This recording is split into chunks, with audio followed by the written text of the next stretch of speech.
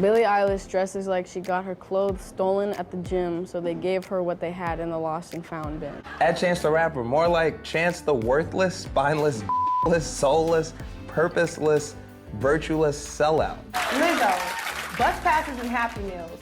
Two things that I imagine Lizzo has seen a lot of. You're probably wondering why I had mean tweets from Jimmy Kimmel. It's because it really does embody the Gate 10 and how it can empower or disempower people in a matter of words and a matter of seconds. Yeah, the people that are reading the comments are celebrities, and they have enough money and fame to be able to cope with what people throw at them. Maybe, but who really knows how anyone feels when they're disempowered? Because that's exactly what's happening with every mean comment that someone uses as a weapon against others. So it's a big deal, and that's why today I'm going to talk about one of the most important gates in human design, in my opinion, especially in today's society. And it's all about empowering or ripping people down. The Gate 10. Whether you have this gate defined or you're conditioned by the energy of the people around you who do, this is powerful energy that affects almost everybody. Empowerment is a catchphrase that seems to be on the lips of every spiritual teacher, life coach, business coach, pretty much anyone in the self-empowerment industry. And it's big business that's had an upsurge in growth over the last few years. But what is empowerment and how can it change our lives? By definition, empowerment is said to be the act of promoting the self-actualization of an individual. Self-actualizing is to see and then go through the steps to achieve one's full potential. So empowerment is basically encouraging people to see their true worth and ability. Empowerment can come from others, or it can be self-empowerment that comes from ourselves when we get in touch with who we are and start believing in our own potential. In fact, many known inspirational public figures have the energy of the Gate 10, also called the Gate of Empowering or not. But if there's one caveat, it's that the empowerment that comes from others is fleeting, while self-empowerment quite literally changes your life forever. When it comes to human design, we all have the ability to empower ourselves and others, whether we have the Gate 10 defined or not. The difference between having a gate defined and having it open is that having it defined means that it's a muscle that you're aware of and that you always exercise, and you always know it's there because you sort of always use it the same way. So you're always using it the same way, and so it's going to get stronger and something that you're more aware of in yourself. And when the gate's open, you can still exercise the muscle, but you're always going to be changing how you exercise your muscle based on the people that are around you. And sometimes you don't even know you're exercising the muscle because it might feel different based on who you're with and the energy that's around you. So the energy is a lot more fluid, but it doesn't mean you can't use the energy. But again, it's a fleeting, fluid energy that comes and goes, so you don't have as much of a grasp exactly of what you're doing with that particular gate as you would a defined gate in your human design chart. I said before that the Gate 10 is probably one of the more important or most important gates in human design because it's found in the G center. And the G center is extremely important, especially when it comes to self-love and our path in life. The reason why the G center is so important in our lives is because there's a theoretical magnetic monopole that resides in the G center. And what that is a magnet that attracts but doesn't repel. So it's like a theoretical half of a magnet that doesn't have the opposite side or the opposite pole. So what it attracts, based on human design, is opportunities and things that will lead us to our true destiny. But there's an important situation here. What you attract is thought to be affected by your self-identity and how good you feel about yourself. So it stands to reason that the G center is important, and living the highest expression of the energy of the G center might actually help us get on a life path that's correct for us. The Gate 10 can be about self-love, or it can be about self-loathing, since there are always two expressions to every energy of the gates of the human design chart. And sometimes finding self-love might be tough. With the rise of armchair trolls that disempower with a few choice comments, and a like and dislike culture that focuses on outer beauty, wealth, and everything that glitters, finding peace in who you are can be a trying task. And it stands to reason that to balance the hate, there has to be an increase in the opposite. And it can come in the form of mantras, groups, and lots of courses espousing self-love and self-empowerment. So if we say that the Gate 10 is one of the more important gates of the human design body graph, then it also makes sense that, as the saying goes, with great power comes great responsibility. The power of the Gate 10 can go very right or very wrong, depending on how we allow it to manifest in our lives. And because of the nature of the open centers, a hanging gate 10 can be a bigger theme in someone's life because the energy of any open center is that it's dependent on those around you. In this case, those with defined identities. So it fluctuates based on the people who you're with. But not only does the energy get absorbed, it gets amplified. So because of this, we can find more extreme expressions of the energy. And if we're being honest, self-love is something that we all should strive towards. But just like any energy in life, what begins as an improvement can sometimes become something that's not as beautiful as we envisioned.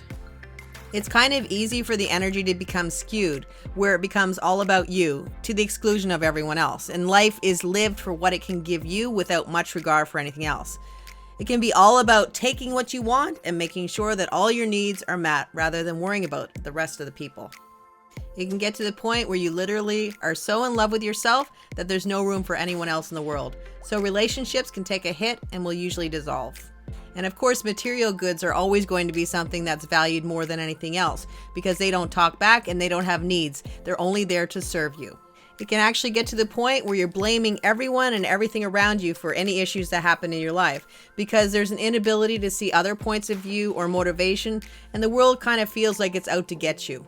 As strange as it sounds, this kind of attitude can carry over to spirituality, where you become obsessed with finding all about who you are in the world. There can be an elevated concept that you're more spiritually evolved than other people. Practice competitive spirituality. Silently / passive-aggressively, you're going to want to compare how spiritual other people are to yourself. Judging other people to be less spiritual than you makes you a better person than them. Hey, Kevin. Do you see how unconscious that guy is? Alternatively, there can be a fear of looking at the true you, where you will do everything you can to avoid looking inside, to the point where your needs become the least important thing in your life. So you live on the periphery of life, and this avoidance and denial of yourself happens because in your mind, everyone else is more important. So you make compromises, and it becomes a way of being, where you go through the motions of life, never able to step into your power and live your life on purpose. In the regards of how the Gate 10 can make people feel, I really like the quote by Maya Angelou, who said that, "I've learned that people will forget what you said, people will forget what you did, but people will never forget how you made them feel." And that's why we should always try and strive for the highest expression of any gate, especially the Gate 10. And in its highest expression, this is all about self-love, but not narcissism.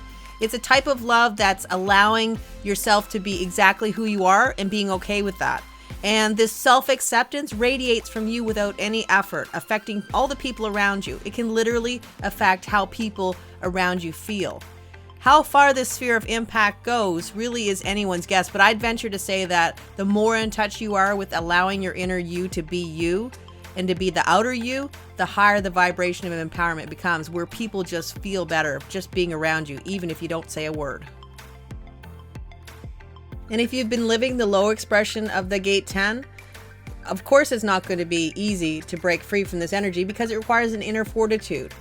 And it may be daunting, but if you decide to take on the challenge and break down all the barriers and blocks that hide the true you, the rewards can be magical.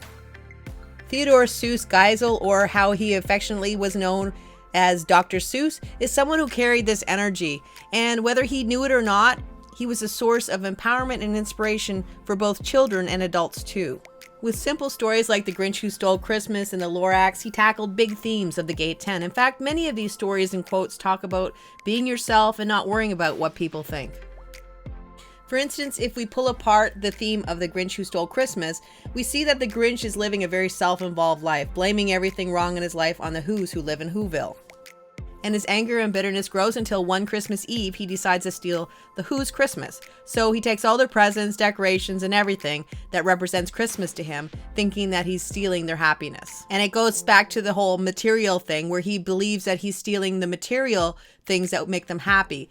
But in reality, what happens is that they continue to celebrate. And when he sees that their happiness is not based on anything outside of themselves, in the story, his heart grows 10 times in size, and he brings all the gifts back to the Whos, and there's a happily ever after moment where he joins the Whos for Christmas dinner. His small heart grew 3 sizes that day. And then he himself, the Grinch, carved the roast beast. In such a tiny little story, the symbolism is abundant. We're in a moment of realization. He sees the reflection of who he is based on his actions, and in his act of taking what he hoped was her happiness away, he realizes that what he did and the character he was playing wasn't a true representation of who he was. And in that moment, he embodied what his heart and inner self wanted, to love and be loved for who he was, exactly what the Who's offered. Now, of course, real life isn't a children's story, but it doesn't mean that you can't change your story and become someone who feels good about being yourself, someone who acts in a way that feels right for you, despite what others may say or think. Of course, patterns take time to change, so there's a need to be patient with the journey, but when you allow yourself to want something better for yourself, and also to have the willingness to work toward getting the freedom to escape from others' good opinion of you, bit by bit, change starts to happen, until one day you see that things have changed, and you'll be able to say with conviction, I'm everything and nothing. I'm undefinable. I'm me, and I love who I am. Well, that's all I have for you today. I hope you enjoyed it, and I will be back again soon with some more human design. Thanks for being here, and I'll talk to you soon.